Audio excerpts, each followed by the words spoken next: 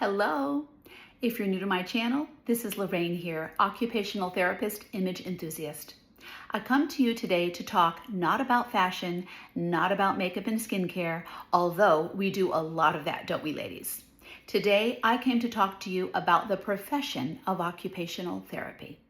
Some of you may already know that April was Occupational Therapy Month. And now we're in May, almost finished with May. May is Mental Health Month. I found the perfect opportunity today, before the month is over, to make sure to talk about the mental health component, which is integrated in to the profession of occupational therapy. It is not a separate component. It is an integral part of the profession itself. Some people may not understand, without the strong mind-body connection, the profession of occupational therapy doesn't exist. What's so unique to occupational therapy is we are very, very holistic. We always include everything about the psychosocial components with the patient, along with their physical. So we have to look at all of that, the physical, the emotional, the behavioral. Therefore, we're always trying to help that patient achieve purpose, balance, and joy. And you hear me talk about that all the time on my channel when I'm talking about everything and anything we do. With every task we do, we must have purpose, we must have balance, therefore we achieve our joy. As therapists, we need to assess, make a strong assessment, make our adaptations, provide treatment to hopefully the goal is to improve the patient's function. Well, how in the world do we do that? How do we meet them up here so we can help everything else? Without understanding and knowing the mental health component of our profession, we're actually robbing our patients of the uniqueness of our profession. We have a unique contribution to the healthcare system.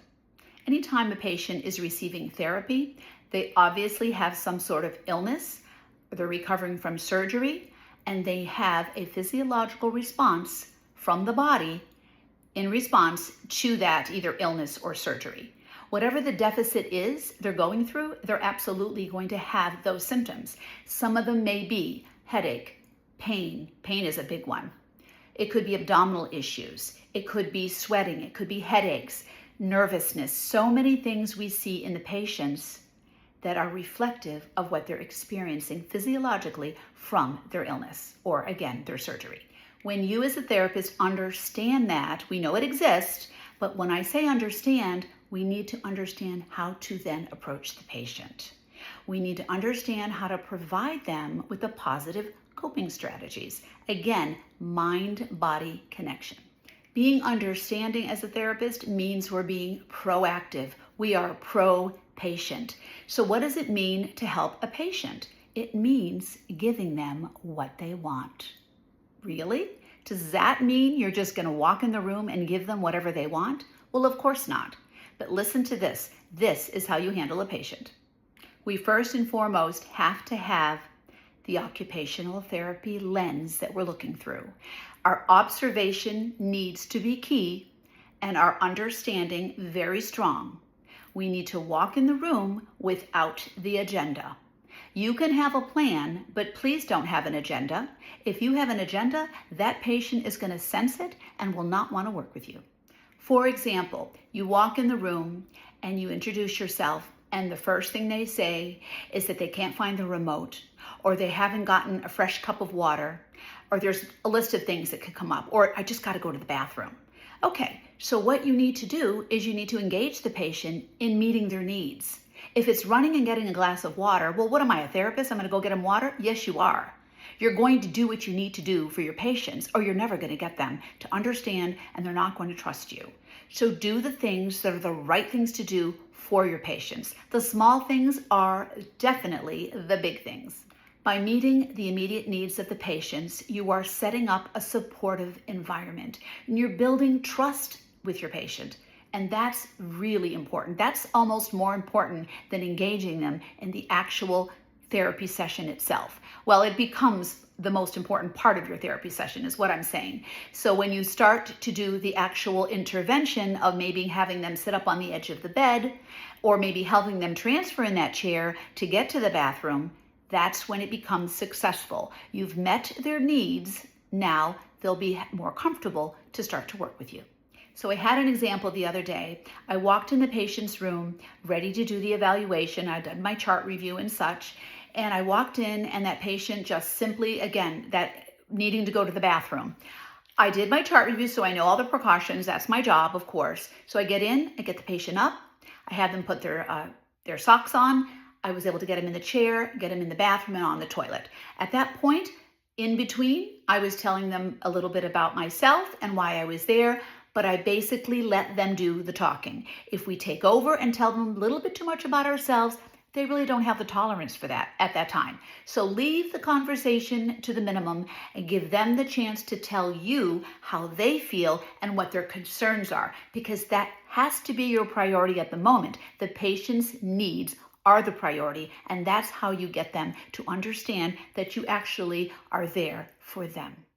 So once we get in the chair, the patient now knows they're going to the bathroom. They're almost to the point where they're going to feel like, okay, I got what I needed. We start weaving in a few questions, a little reality orientation, and a few things that I need to know about them as we're getting in the bathroom and as we're getting onto the toilet and so forth. Once they're comfortable, I exit out, give them their time. I get a hold of the CNA. I let him or her know that the patient is safely in the bathroom, the level of assistance they needed for transfers, and I wait. And then I go back and I finish my questions with the patient. They are now ready to receive my more questions, my more intervention. So I have them at the sink, they're washing their hands, brushing their teeth, and then I'm done. Pretty much I've done my evaluation. An evaluation is not a long session, but it needs to be comprehensive of what you need to get from the patient. And that comes from a very creative therapist. It comes from understanding how to get the mental and the physical together and get your information so you can provide a really comprehensive evaluation, an effective plan of care for your patient. I think it's important to emphasize that as therapists, we kind of have to be like a seamstress. We need to know how to weave things in, weave those questions in. As they're getting to the side of the bed, you start the reality orientation. You start that standardized cognitive assessment. You get that just done as you go.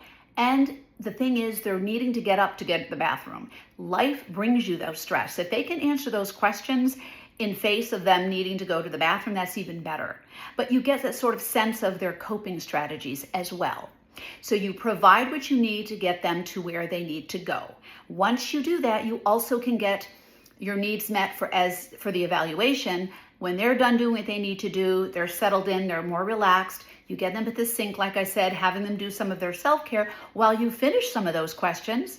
And you're also observing how they actually are attending to the sequencing, the problem solving. All of that comes into play with the tasks that they're doing, because the standardized assessment that you're getting is simply a number. It's a foundation, but what you're really getting is, what did you observe the patient do or not do? And that's going to give you the best assessment in face of the standardization.